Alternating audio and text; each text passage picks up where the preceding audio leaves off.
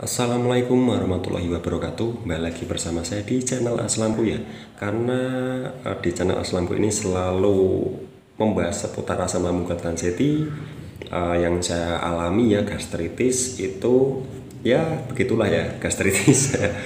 Sudah bahas berulang-ulang kali tentang gastritis ya, dan asam lambung, GERD, asam lambung saya juga pernah, gastritis juga pernah ya. Jadi buat teman-teman semuanya, apa kabar? Semoga kalian itu tambah sehat, baik-baik saja, dan bisa sembuh total 100% ya. Saya juga selalu sehat, bisa buat konten terus untuk teman-teman semuanya ya. Jadi kita semuanya itu edukasi ya, sama-sama saling belajar. Jadi kita itu nggak ada yang saling menggurui, itu nggak ada. Itu namanya sharing ya, bukan menggurui. Saya itu buat video ini sharing, bukan menggurui ya. Jadi saya ingin bahas sedikit sebelum saya bahas, alangkah baiknya kalian untuk mendukung channel ini ya, karena channel ini biar berkembang lebih baik lagi ya, bisa buat motivasi teman-teman semuanya yang masih awam, yang masih baru-baru kena penyakit ini ya, karena penyakit ini tuh menyedihkan gitu ya, menyedihkan, menyakitkan ya. Jadi tinggal klik subscribe cuma satu kali ya, jangan klik subscribe karena subscribe itu gratis ya. Jadi saya ingin bahas sedikit tentang bedanya asam lambung dan gastritis ya. Beda, menurut kalian beda nggak? Coba kalian jawab, menurut kalian beda nggak? Beda. Asam lambung itu sama dengan GERD, gastroesophagus reflux disease ya. Itu ada apa itu namanya, intinya asam lambungnya naik, mudah naik itu ya, itu menurut saya. Terus gastritis ya, atau MAH, itu ada luka di dalam lambung ya, itu beda ya. Tapi biasanya kita itu ngalamin MAH dulu, bener gak? Terus asam lambung naik, itu ya biasanya. Tapi beda, kalau yang saya alami itu gastritis ya, gastritis. Kalau asam lambung, saya pernah asam lambung naik ya, dada panas, sesek. Nah itu namanya asam lambung yang naik. Tapi saya pernah cuma satu kali, waktu saya habis makan terus saya rebahan. Itu langsung naik sampai ke dada, sampai saya takut ya, pokoknya sesek banget di dada ya, sesek panas ya, seperti dikasih apa itu, balsem ya, mirip seperti dikasih balsem. Nah itu bedanya. Untuk penderita asam lambung atau GERD itu biasanya dia identik dengan dadanya itu sesek panas ya, itu apalagi sampai naik ke mulut. Nah itu asamnya naik ke mulut, bahkan muntah atau ngeluarin cairan yang asamnya minta ampun ya. Nah itu penderita asam lambung dan anxiety. Tapi dia itu tidak merasain sensasi di perut atau perih ya. Perih itu dia nggak ada perih. Makan pun dia nggak terlalu mantang. Nah nggak terlalu mantang itu juga aman di penderita asam lambung, karena dia cuma asam lambung yang naik ya, biasanya gitu. Asam lambungnya yang belum normal atau yang tidak normal ya, lebih tepatnya belum normal ya, karena tadinya kan normal gitu ya. Nah untuk penderita asam lambung itu biasanya yang perlu diperhatikan itu masalah makan, masalah pantangan, terus telat makan, waktu makan ya.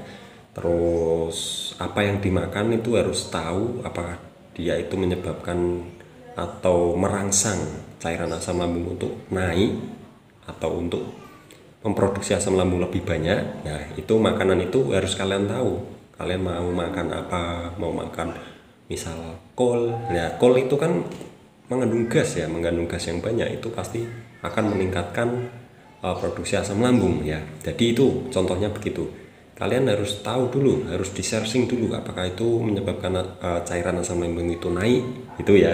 Jadi jangan terburu-buru untuk makan, kalian searching dulu. Kalian nanti kalau udah terbiasa, udah tahu oh makanan ini cocok, oh makanan ini cocok, oh makanan ini tidak cocok ya, itu kalian nanti akan tahu.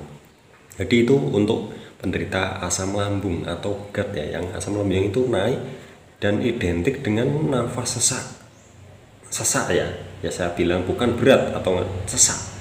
Sesaknya mirip dengan sakit paru-paru, itu yang saya tangkap dari informasi dari teman saya juga yang sekarang itu sudah sembuh, karena dia sering relaksasi pikiran.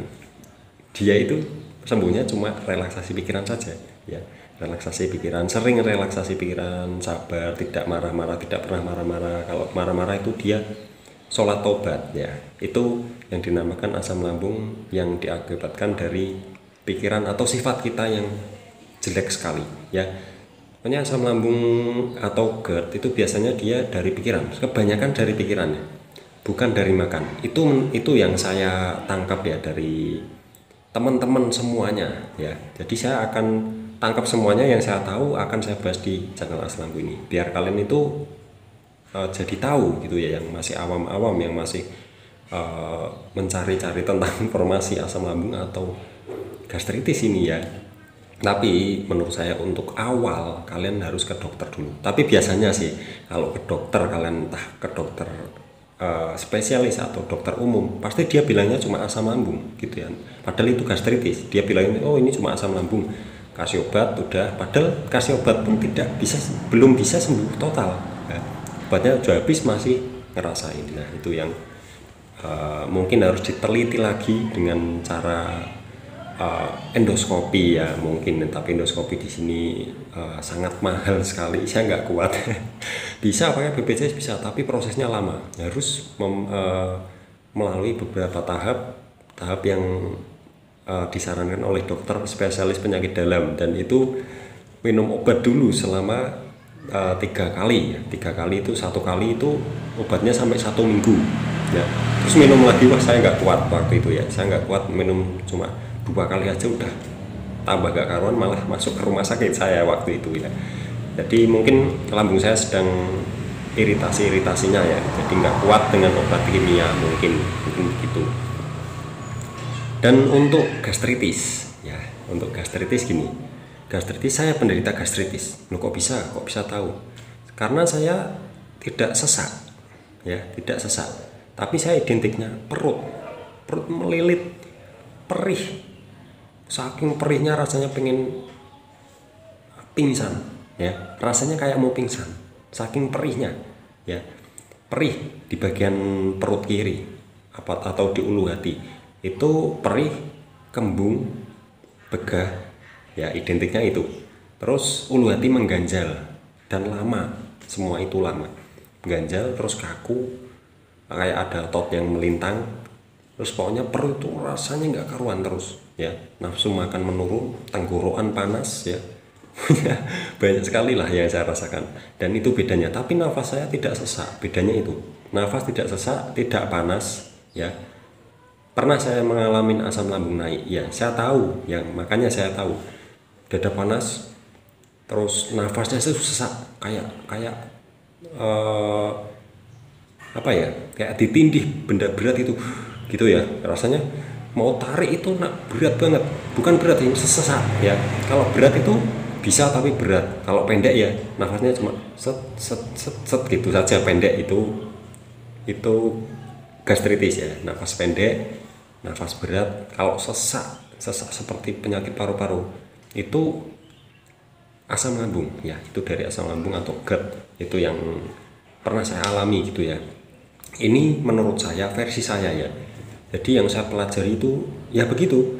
Untuk gastritis, perutnya nggak enak, perih, begah, kaku, kembung, terus menjalar sampai pinggang. Nah itu ya, apalagi belum sensasi yang lainnya, ditambah dengan anxiety. Kalau lambung kita bermasalah, pasti pikiran kita juga ikut bermasalah ya, bener gak sih?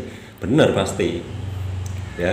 Jadi untuk gastritis, nah ini untuk gastritis lagi ya. Untuk gastritis itu, tapi untuk semuanya, entah itu kamu asam lambung atau gastritis, untuk awal kalian ke dokter dulu ya, ke dokter dulu, percayakan semuanya ke dokter dulu ya, ke dokter. Kalian terus sama ke dokter terus, nanti bagaimana perkembangannya, kalau ada perkembangannya terusin saja. Kalau misal seperti saya ya, saya itu ke dokter malah tambah gak karuan. Awal-awal saya agak enakan, nanti gitu lagi agak enakan, gitu lagi, karena saya nggak tahu penanganannya yang tepat tuh bagaimana. Kata dokter ya jangan makan ini makan ini. Iya saya sudah ngelakuin, tapi saya masih merokok.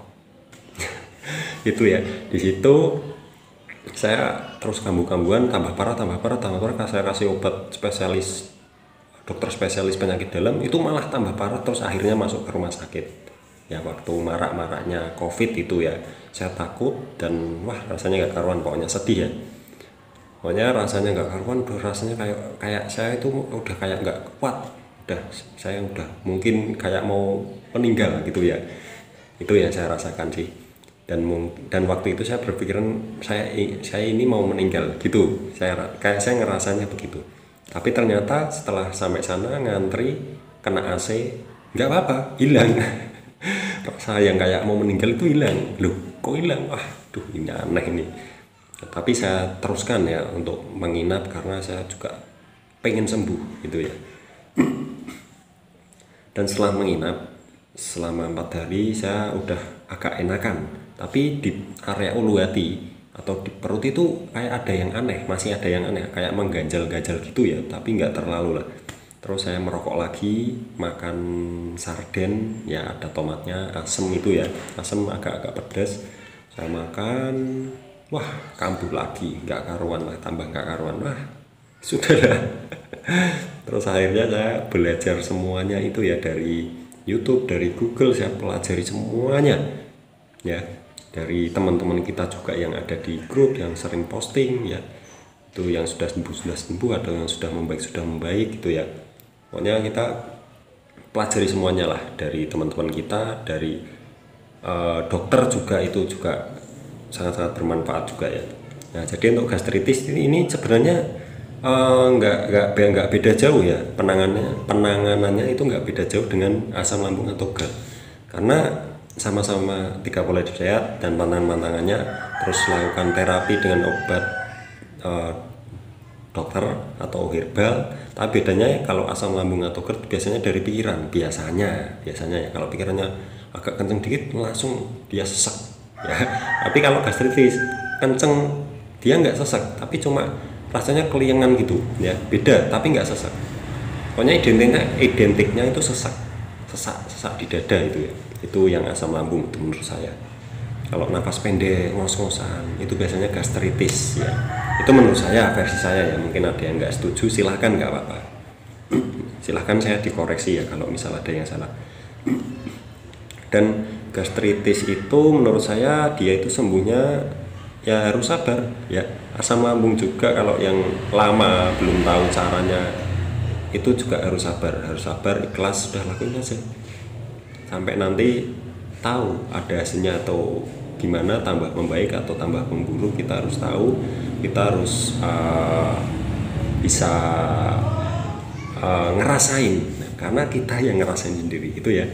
Jadi 3 pola hidup sehat dan tantangannya itu penting, minumnya air putih hangat terus, terapi obat dokter atau herbal atau vitamin atau apa terserah kalian, yang penting kalian merasa cocok dengan yang kalian konsumsi tersebut ya, agar kalian itu sebagai pembantu sebenarnya. Obat atau herbal itu untuk membantu, sebagai pembantu. Yang utama 3 pola hidup sehat, pola makan, pola pikir, pola hidup. Nah itu harus jos gitu ya. Nanti kalian akan ngerasain sendiri seperti saya akan ngerasain oh bedanya gini, meskipun itu lama berbulan-bulan ya, 3 bulan bahkan 5 bulan baru ngerasain, 6 bulan ya. Memang harus sabar, udahlah, lepasin semuanya, beban-beban berat di pikiran, terus masalah-masalah apa itu ya, yang penting mikirin diri kita dulu biar sehat. Nanti kalau sudah sehat kan bisa kerja lagi, nyari uang lagi gitu ya, nyari kebahagiaan lagi gitu ya. Itu menurut saya. Oke, jadi gitu saja itu untuk asam lambung dan gastritis. Semoga kalian itu paham apa yang saya ceritakan atau yang saya sharingkan di sini. Semoga kalian itu tambah sehat, selalu sehat. Saya juga tambah sehat, selalu sehat, bisa buat konten kita untuk teman-teman semuanya ya. Jadi gitu ya. Jadi buat teman-teman mungkin yang belum subscribe, silahkan subscribe dulu di bawah, karena subscribe itu gratis, cuma klik 1 kali gitu ya. Jadi terima kasih, gitu saja, kita lanjut di video selanjutnya, mengingat durasinya semakin panjang. Terima kasih, wassalamualaikum warahmatullahi wabarakatuh.